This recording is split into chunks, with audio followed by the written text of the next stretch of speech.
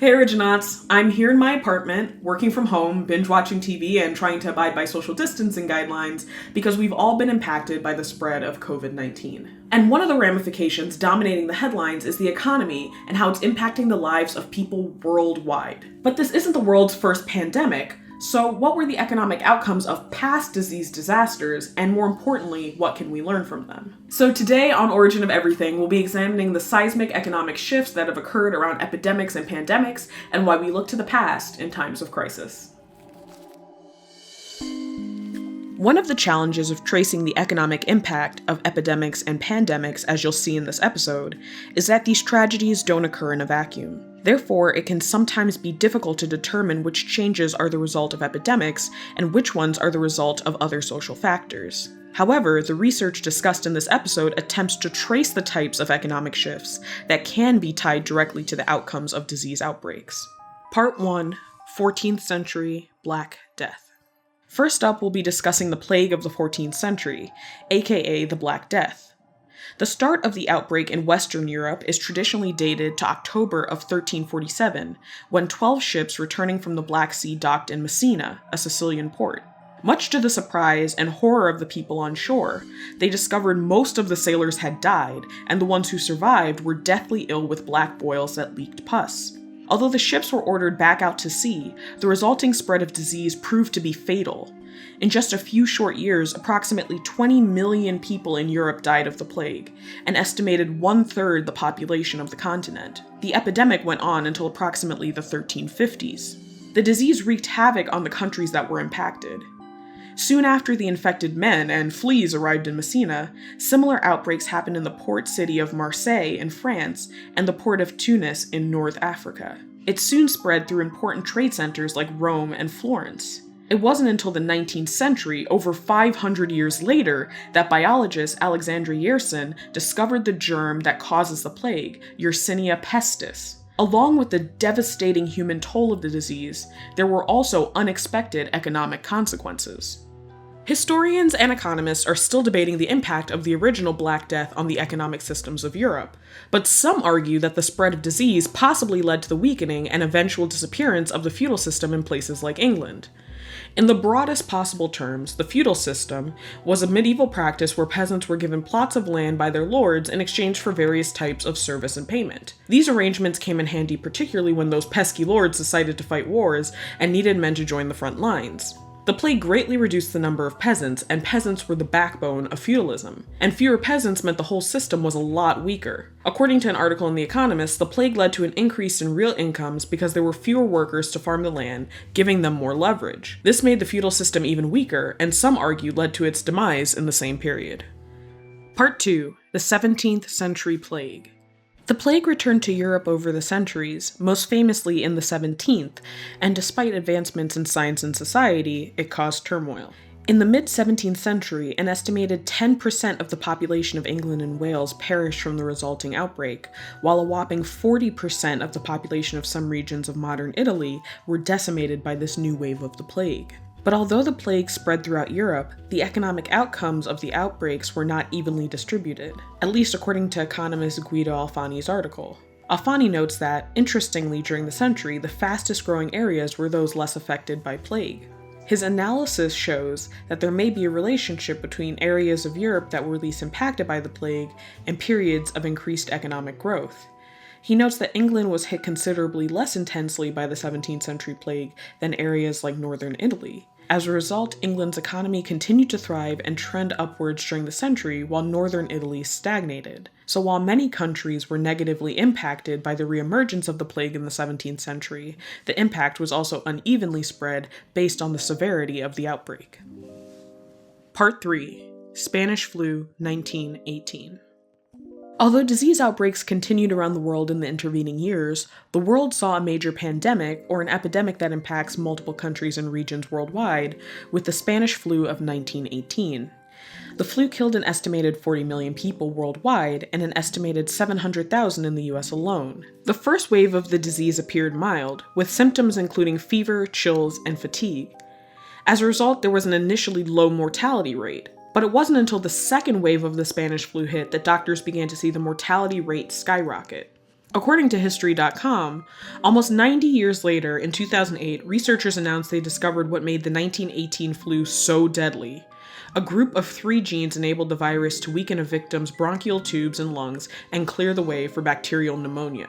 In the US, the disease spread from east to west. According to a 2003 book on the Spanish flu by historian Alfred W. Crosby, the Spanish influenza moved across the United States in the same way as the pioneers had, for it followed their trails which had become railroads.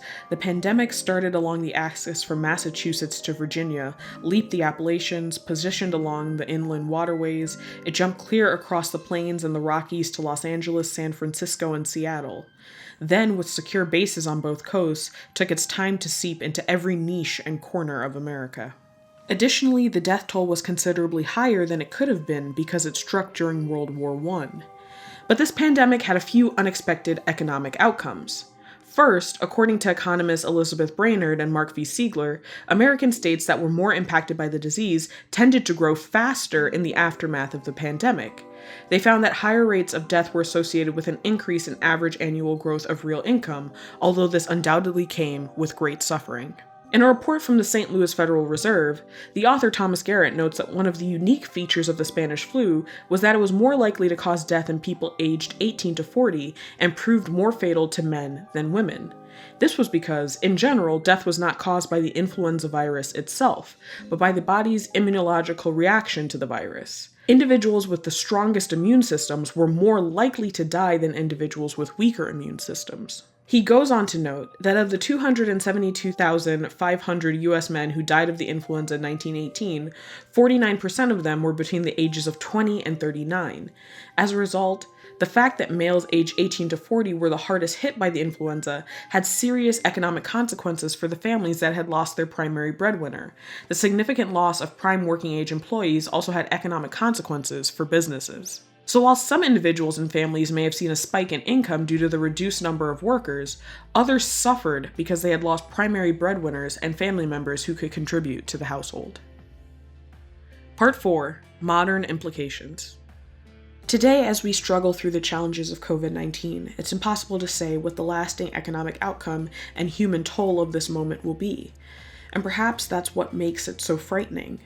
But in the last decade, many different groups have tried to predict when the next pandemic would strike and how that would affect our economy. When Garrett wrote his report, he attempted to estimate the impact of a pandemic on contemporary economics. The World Bank estimates that a global influenza pandemic would cost the world economy $800 billion and kill tens of millions of people. Researchers at the U.S. Centers for Disease Control and Prevention calculate that deaths in the United States could reach 207,000 and the initial cost to the economy could approach $166 billion, or roughly 1.5% of the GDP. Long-run costs are expected to be much greater. The U.S. Department of Health and Human Services paints a more dire picture. Up to 1.9 million dead in the United States, and initial economic costs near $200 billion. However, a 2006 report from the European Commission, a branch of the European Union, estimated that a potential pandemic at that time would not have a lasting effect on the European macroeconomy. The researchers note that, although a pandemic would take a huge toll in human suffering, it would most likely not be a severe threat to the European macroeconomy. But both of these studies were conducted in the mid-aughts based on predictions and economic models. That does not mean that, like any research, the results are infallible. Today, we're watching as the stock market fluctuates wildly and businesses across the country and the world grind to a halt. However, the thing that can't be predicted is the human response to a crisis, which can have the greatest impact on the outcome of any given situation. Government stimulus packages, human actions, and a slew of other factors may ultimately serve a greater role in determining the outcome of our current economic crisis than we can even predict. Although we can look to the past for models and precedents for our present moment, we can't use past catastrophes to see into the future. But history can offer insights into human behavior and lend comfort when we feel like we're traversing unknowable terrains. We can look to the economic upheavals and disease outbreaks of bygone eras to note how people adapted, adjusted, and survived in times of great uncertainty. We can learn lessons from their mistakes and take some level of solace in their successes. Today, we don't know what the political, economic, or medical future holds. But we can see that even though past epidemics and pandemics followed similar patterns, they had vastly different outcomes based on region, efficacy of treatment, and economic structures. So perhaps we don't share much in common with feudal Europe, but we can trace the ways society recovered from disaster and take heart knowing that there are roads to recovery. So, what do you think? Anything else to add to this timeline? Drop your citations, ideas, and comments down below. Stay inside and stay safe, and I'll see you here next time. Hey Originauts, this is just a reminder that you can become a member of our Patreon page. Starting at $3 a month, you can gain access to a patrons-only feed with all types of cool behind-the-scenes footage, as well as 24-hour early access to every new video. And at some of our higher tiers, you can also get other great benefits. So check out the link down in the description, and I'll see you soon.